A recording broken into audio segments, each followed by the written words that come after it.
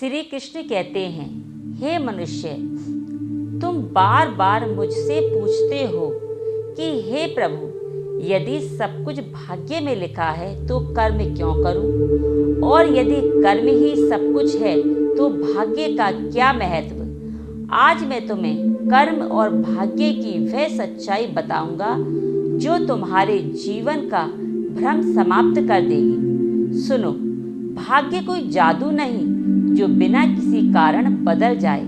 भाग्य तुम्हारे ही कर्मों का सचित फल है। आज जो तुम्हारे जीवन में घट रहा है वह तुम्हारे बीते हुए कर्मों का परिणाम है, और आज तुम जो कर्म कर रहे हो वही तुम्हारा आने वाला भाग्य बना रहा है। यही इस संसार का अटल नियम है। जब अर्जुन युद्ध भूमि में खड़ा होकर निराश हो गया था, तब यदि वह केवल भाग्य का सहारा लेकर बैठ जाता तो क्या धर्म की विजय होती? नहीं, मैंने उसे कर्म करने का उपदेश दिया, क्योंकि कर्म ही मनुष्य का सबसे बड़ा धर्म है। मनुष्य का अधिकार केवल कर्म करने पर है, फल पर नहीं। जब तुम पूरी निष्ठा से कर्म करते हो तब फल अपने उचित समय पर अवश्य मिलता है। याद रखो, भाग्य तुम्हें अवसर दे सकता है, लेकिन सफलता कर्म ही दिलाता है। श्री कृष्ण कहते हैं, यदि कोई किसान पूरे वर्ष खेत में बीज ही ना बोए और फिर वर्षा के बाद अच्छी फसल की आशा करे तो क्या उसे फसल मिलेगी? कभी नहीं। उसी प्रकार बिना कर्म किए केवल भाग्य को दोष देना स्वयं को धोखा देने जैसा है। हे मनुष्य, संसार में अनेक लोग कहते हैं कि उनका भाग्य खराब है, लेकिन वह ये नहीं देखते कि उन्होंने अपने कर्मों को कितना श्रेष्ठ बनाया। जो व्यक्ति समय का सम्मान नहीं करता, अनुशासन का पालन नहीं करता, सत्य का साथ नहीं देता, वह अपने दुर्भाग्य का कारण स्वयं बनता है। मैं तुम्हें एक रहस्य बताता हूँ। भाग्य दरवाजा खोल सकता है, लेकिन उस दरवाजे से चलकर भीतर तुम्हें स्वयं जाना पड़ता है। यदि तुम बैठकर केवल अवसर की प्रतीक्षा करते रहोगे तो अवसर भी लौट जाएगा।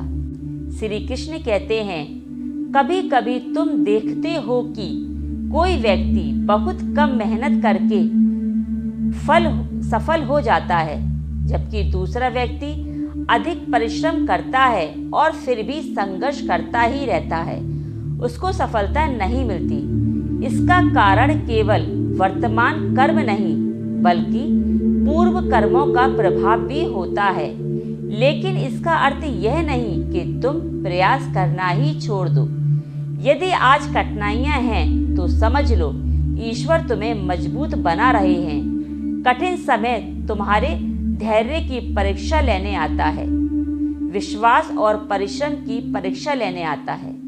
सोने को भी अग्नि में तपना पड़ता है, तभी वह आभूषण बनता है। उसी प्रकार मनुष्य भी संघर्षों से गुजरकर महान बनता है। जो व्यक्ति हर परिस्थिति में कर्म करता रहता है, उसका भाग्य भी धीरे धीरे बदलने लगता है, क्योंकि कर्म में इतनी शक्ति है कि वह पुराने दुर्भाग्य को भी पराजित कर सकती है। इसीलिए भाग्य को दोष मत दो और अपने कर्म करते रहो।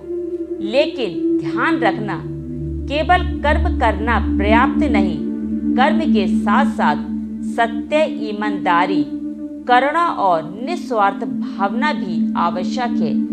छल और अन्याय से प्राप्त सफलता कभी स्थायी नहीं होती। जब तुम्हारा उद्देश्य केवल धन कमाना नहीं बल्कि दूसरों का कल्याण करना भी होता है, तब ईश्वर की कृपा तुम्हारे जीवन में स्वयं आने लगती है। यदि कभी तुम्हें लगे कि तुम्हारी मेहनत का फल नहीं मिल रहा तो निराश मत होना। प्रकृति कभी किसी सच्चे कर्म का फल व्यर्थ नहीं जाने देती। कुछ फल तुरंत मिलते हैं, कुछ समय लेकर मिलते हैं और कुछ अगली परिस्थितियों में तुम्हारे लिए मार्ग तैयार करते हैं, इसीलिए धैर्य रखो। धैर्यवान व्यक्ति कभी पराजित नहीं होता।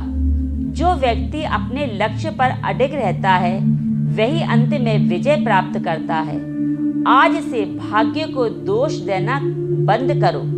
अपने कर्मों को श्रेष्ठ बनाओ, अपने विचारों को पवित्र बनाओ, अपने व्यवहार को मधुर बनाओ और दूसरों की सहायता करो।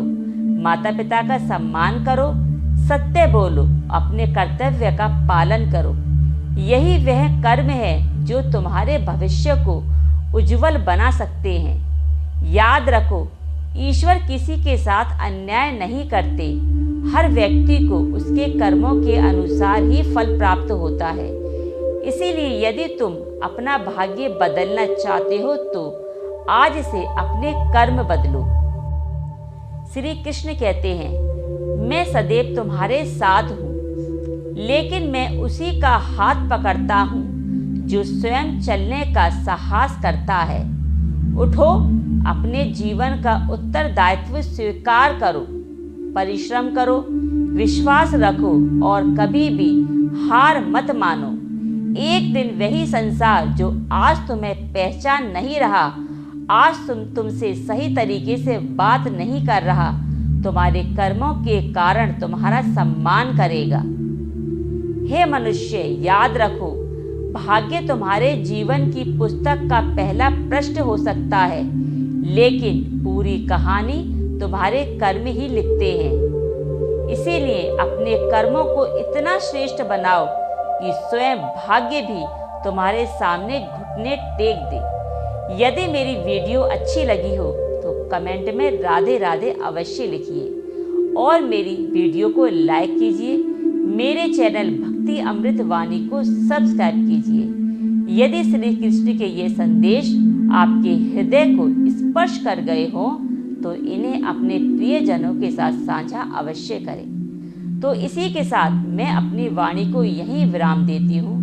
श्री कृष्ण भगवान जी राधा रानी की कृपा आप पर और आपके परिवार के हर सदस्य पर हमेशा बनी रहे। तो चलती हूँ। जय श्री कृष्णा। राधे राधे।